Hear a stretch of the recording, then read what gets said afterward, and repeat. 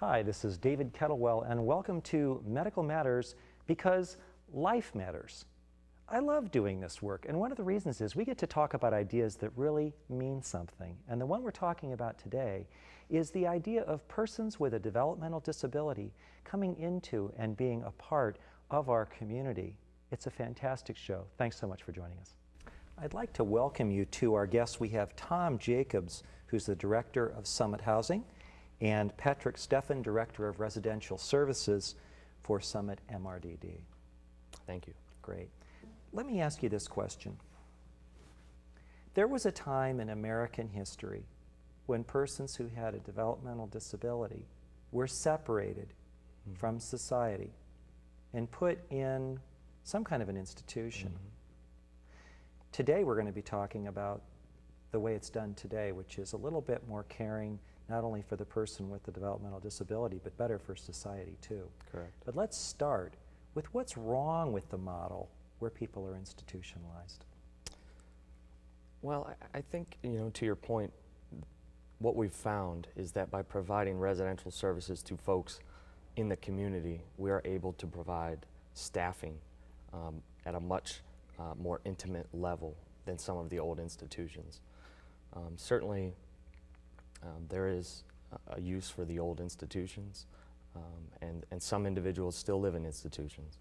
But we found a vast majority of the folks are served best by living with some of their peers, with one or two staff in a home, and it allows them to function in a greater independence in the community. Tom, what's your view on that? Well, I agree with Patrick.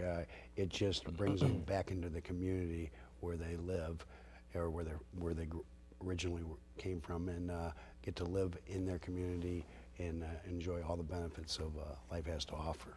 Sure.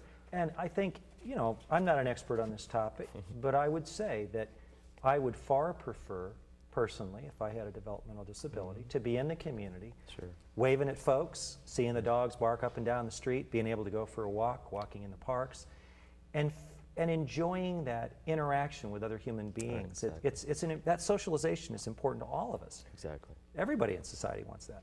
So it seems to me like a wonderful endeavor to be moving towards. Sure. Why don't we start maybe if you can describe how does the whole idea of a residential home work? We find individuals that are adults, need somewhere to live. They have aged out of the family home, and we try to pair them up with other individuals who are their peers in a house, just like you and I live in a neighborhood. We have a landlord that will go out and purchase homes that are accessible, have 4 bedrooms, and we will try to find the best match for them to have roommates, and they will live in the home just like you and I. In the morning they will get up and they'll go to work, or they'll go to a work site. They'll come home at night, they'll ride the metro or Summit MRDD transportation. They will come home, they'll have dinner just like you and I, and it is definitely a way to get folks out into the community like they never have before.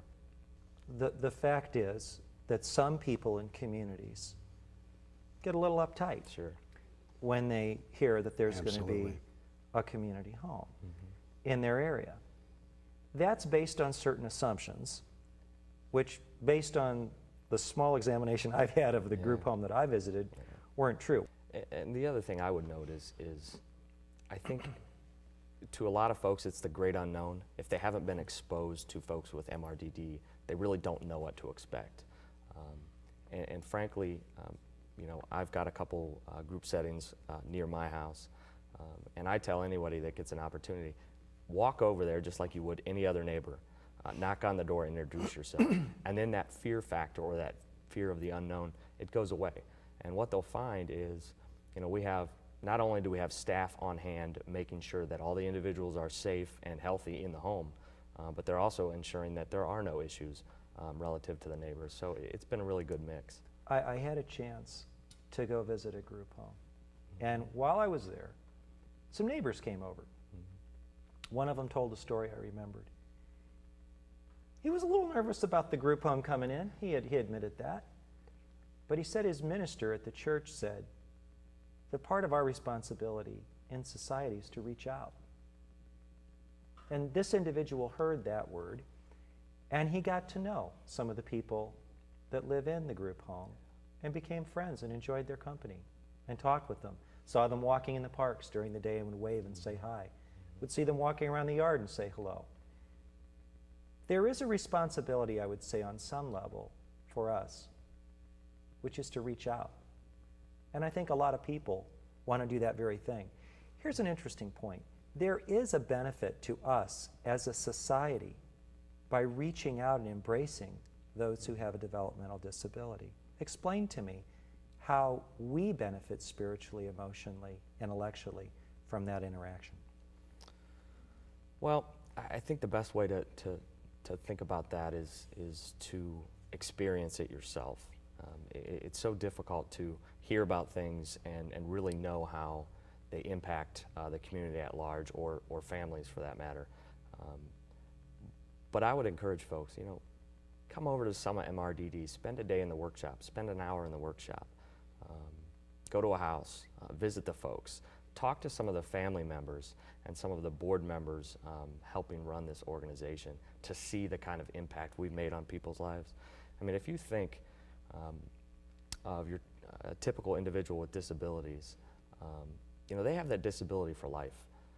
And if you were to say to your average Joe on the street, how would you feel if you were to have to take care of your son or daughter until you're 80 years old?